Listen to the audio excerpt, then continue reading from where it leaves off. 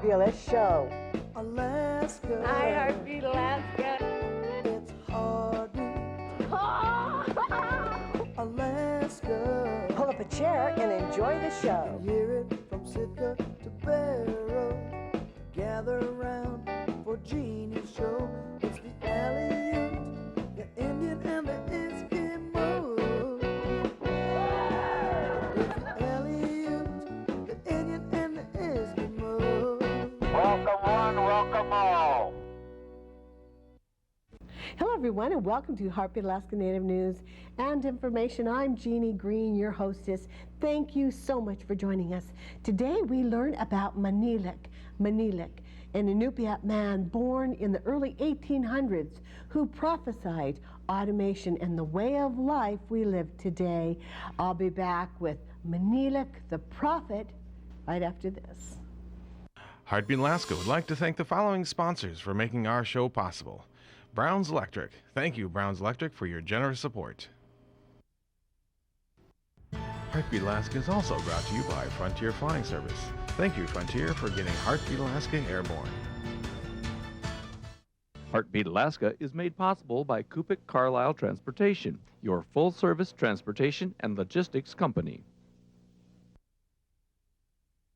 It's tax season, and living in rural Alaska means that it could take weeks, even months, to get your tax returns in the mail. Let Raven Tax take away the worry and the wait. It'll be just a quick turnaround to get my taxes taken care of. Formerly known as Liberty Tax, Raven Tax offers the same great service from the same great people. You can file your taxes electronically from the comfort of your home. Raven Tax guarantees the largest refunds at a smaller price and can often put money in your pocket the very next day. I had some tax problems and he helped me work through it and fixed all of the problems that I did have. John's consistent with his preparations, and working with him, it's personable and just a good response working with him and get my taxes done. So don't wait around for your tax returns in the mail. Give Raven Tax a call, formerly known as Liberty Tax. Raven Tax, same great people, same great service.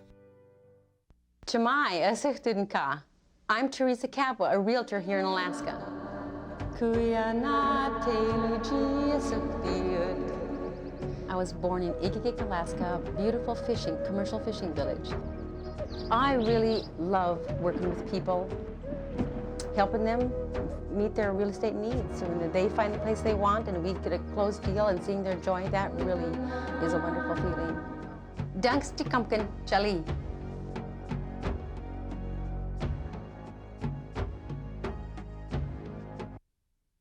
Manilik was born in the northwestern part of Alaska, what we now know as the Kotzebue area.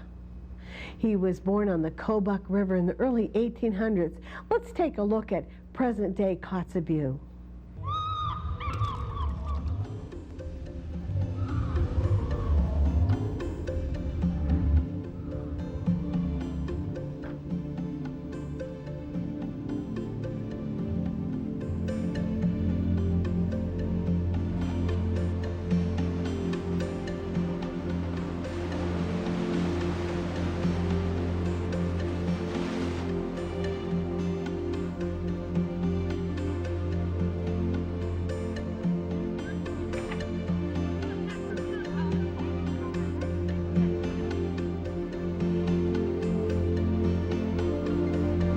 Kotzebue, Alaska, just inside the Arctic Circle. This tucked-away land of fishermen and hunters has been populated by the Inupiat for generations.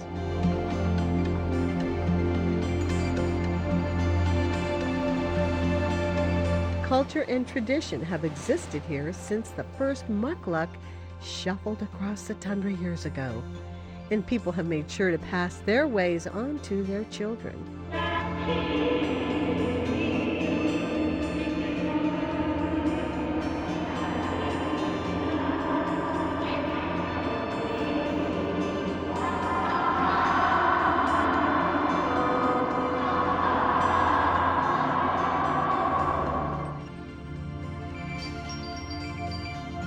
Nowadays, Kotzebue supports an array of life. People living here have televisions, microwave ovens, and automobiles. They're even seeing the beginnings of urban sprawl.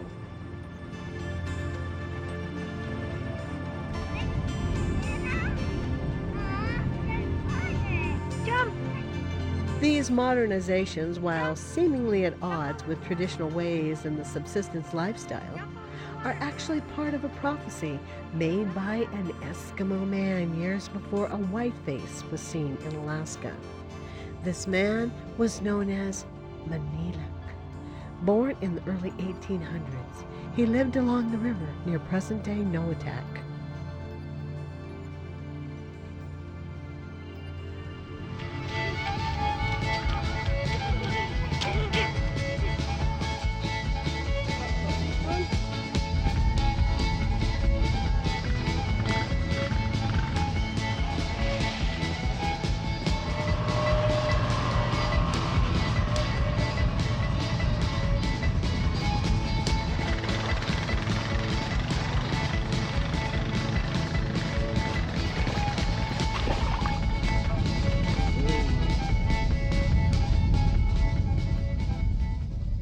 This is Noatak, and the river is about 400 miles long, 300 something miles, almost 400. I never get the end of it, about 35 miles. But our people live along the river in different areas wherever the caribou go over the pass into our area. Located in the Noatak National Preserve, 55 miles north of Kotzebue, sits the village of Noatak. Built on the west bank of the Noatak River, it supports a population of about 423. The village was made up of several small scattered groups, which fished and hunted in the area. One main group followed the caribou far upriver in the wintertime, while another main group stayed primarily in the forest. In the spring, both groups migrated to the coast to hunt seal and beluga whale. Noatak is the only settlement along the entire length of the Noatak River. Even though the Red Dog Mine is a major employer and the economy is diverse, still, Noatak is subsistence-oriented. Manilik lived that subsistence life on this ground hundreds of years ago.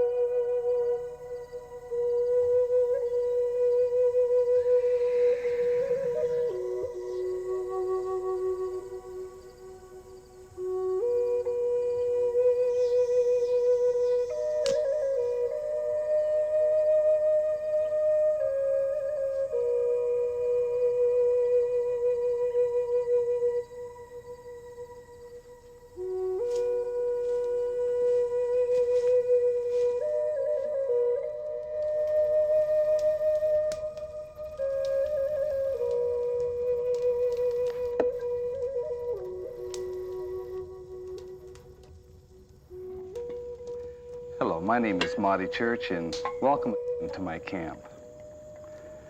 Today, I would like to tell you about Manilik. Manilik was a native Eskimo who many believe to be a prophet or a messenger from the Great Spirit.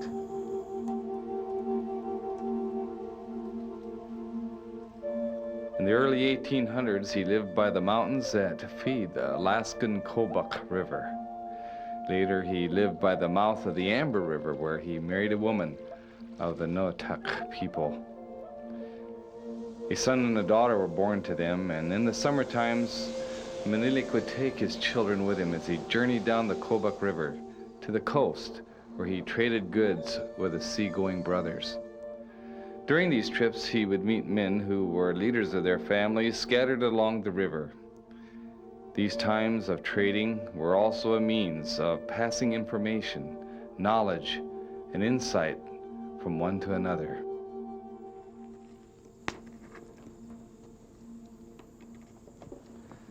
In one of his predictions, Manilik told his brothers that the inland Noatak people would migrate down to the ocean shores, to the Shishlik Spit, and there they would hunt beluga whales along with the rest of their relatives.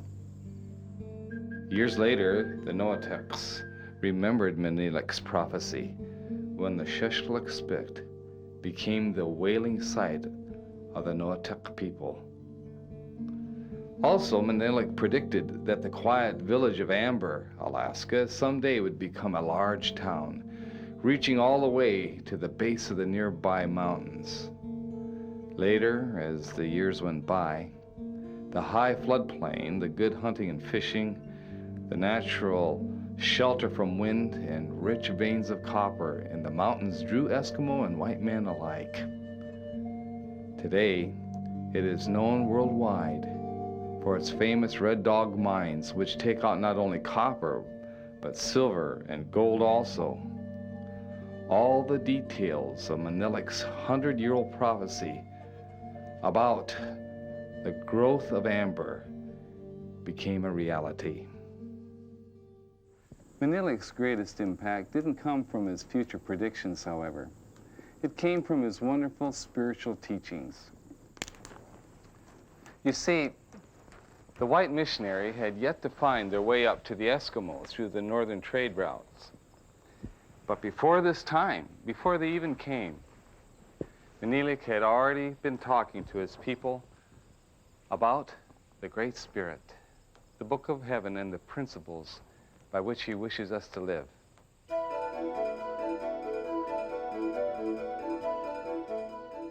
Manilik, he was raised right here in this place of Ambler mouth. This is the mouth of Redstone and Ambler, and what we call the Visapat. That means the mouth of a redstone. So he raised right there in this land here. He know all about this country from beginning when he was a child.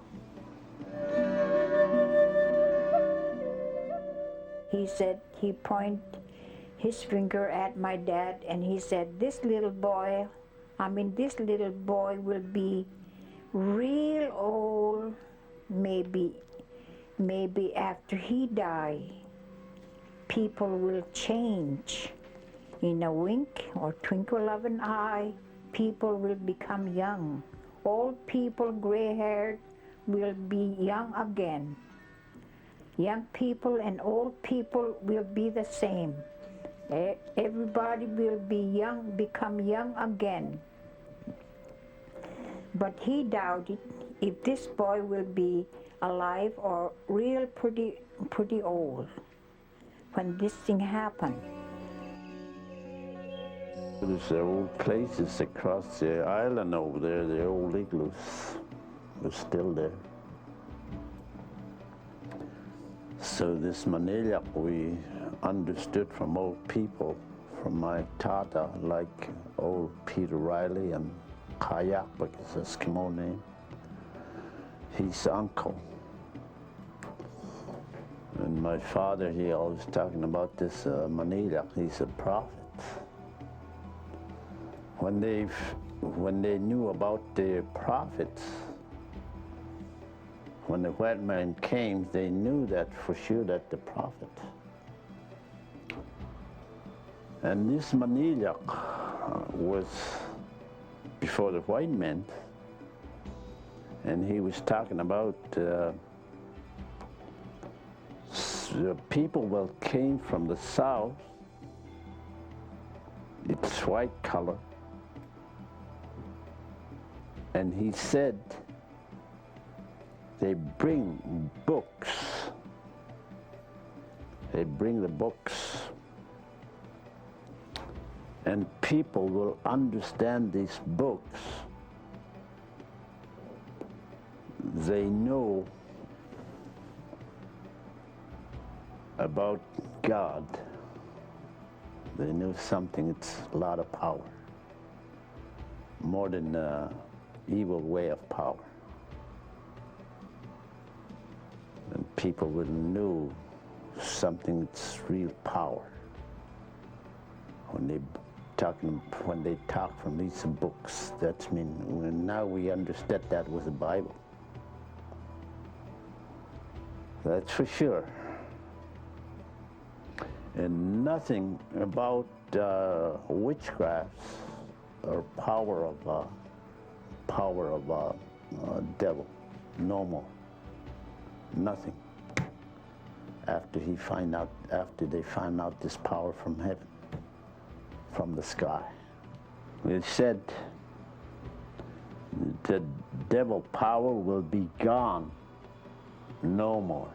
After people will change to the other power. That's something that's real power than the devil power. I have to understand from this book. The white people will talk to the Eskimos, so the Eskimos will change living. And then that was it. Everything changed.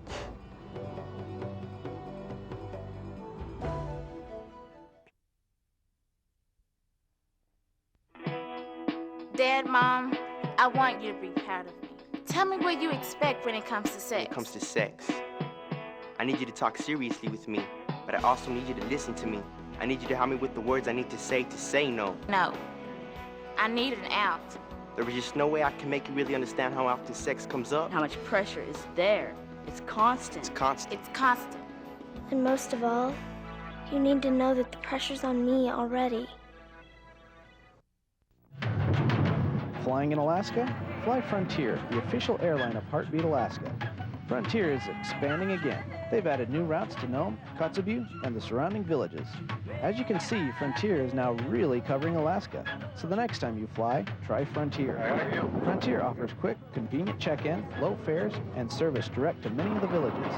Frontier Flying Service is the official airline of Heartbeat Alaska. Make it your official airline too. Once upon a time, there was a wise man who built his house in the Northland where it's cold, where the wind blows, but he had a Toyo stove.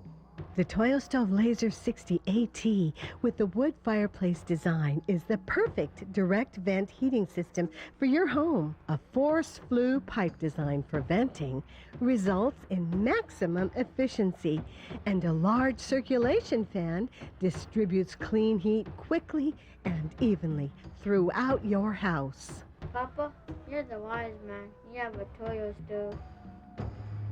Ariga. It wasn't until the late 1800s that white man first contacted the northwestern part of Alaska. Maniilaq the Prophet foretold the coming of white man. He also foretold what we know now as airplanes and cars. Now mind you, this was at a time when there was no automation. Here in Kotzebue, these signs of change have begun to show themselves in the last 100 years. And I seen the first airplane that landed here. Joe Crossan was the first one that ever landed here in 1927. What did you think about that? That was something. My grandmother wouldn't let me go out. Me and my sister, we had to watch through the window, upstairs window. She's afraid that airplane might hit us, I guess, or something. After becoming more accustomed to planes, Art Fields became a pilot himself. I bought an airplane on the Marshall sale. The guy drowned it that owned it. And I wind up with an airplane for $260. Is that your first airplane? Yeah, first airplane. It was a Taylor craft. Since then, He's been flying planes all over Alaska's tundra. He's even made it to Russia and the North Pole. It used to be pretty spooky, hunting, coming back nighttime, you know, can't see nothing. Never see ground for 4.5 hours one time. He remembers the first impression airplanes made out here in secluded areas like this. One old woman, she was real hunchbacked. Old lady Sowers, she was picking berries in the hill. First time she ever seen an airplane, she had a bucket of berries about full there. She watched that airplane. She didn't have time to turn around. She fell backwards and spilled all her berries out there picking.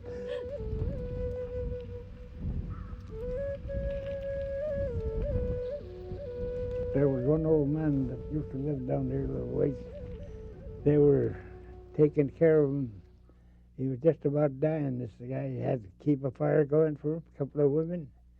He took off running and went to the airplane, too. They were taking turns. A new spark to life. Yeah, he was down there amongst them. Fulfilling another of Maniilaq's prophecies, the first automobile in town also made a big impression. And they brought an old Model T in around 1940 for the school that nobody knew how to drive it. A meteor came in and unloaded it just a little ways over here. And then it stayed there about a couple of months till one guy came from White Mountain. He said he knows how to drive. His name was Eugene Sowers.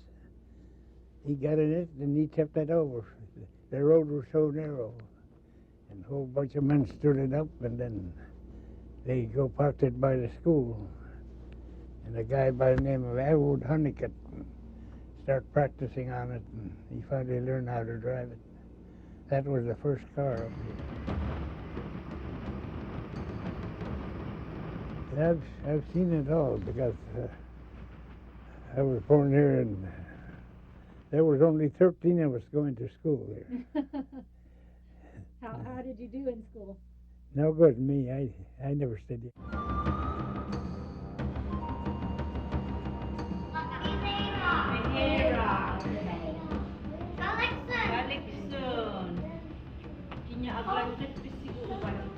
With modernizing and globalization, the cultural identity of Alaska's original inhabitants have been in jeopardy.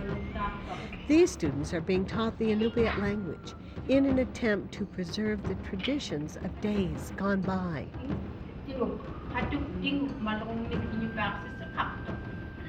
This is our 8th year here at Nikaitchuat. We started, the parents were concerned about losing the language and culture. So they formed a group to start the Nikaitchuat Immersion School. It's all hands-on, we'll put it that way. It's all really hands-on.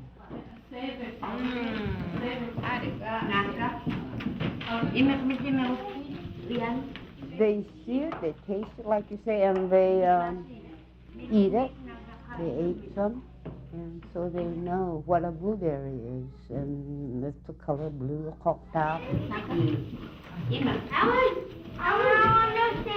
Our mission is to instill the knowledge of Inupiaq identity, dignity, respect, and to cultivate a love of lifelong learning. And then we seek each child's gift. Some of them are artistic, some of them are very good with math, and some are just natural speakers. And some love to sew, and so we look for their gifts and then support and push their gifts.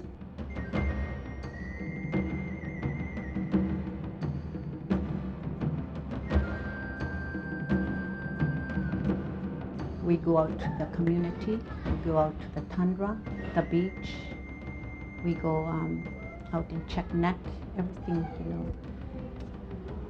We teach the language and the culture.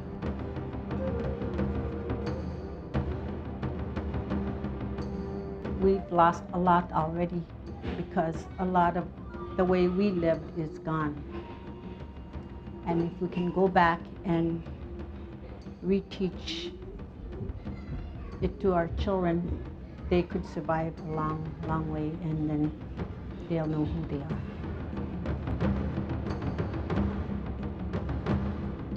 Even though the ancient ways are in need of preservation, their intrinsic value have been realized by more than a few outsiders.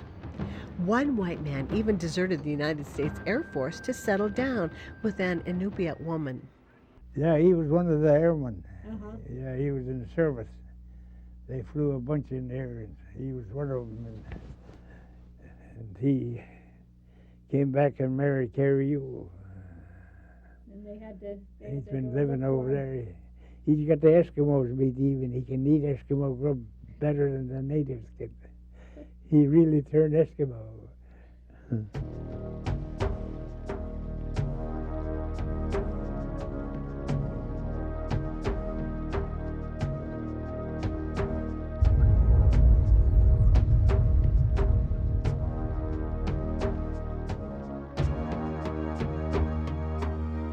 Today, people living in Kotzebue and Noatak all over Alaska go about their business, with Maniilik's prophecies echoing into their daily lives.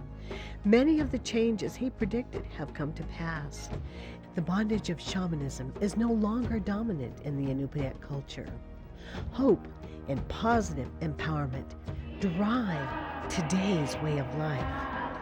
As we watch and wait for more of Maniilik's prophecies to come to pass.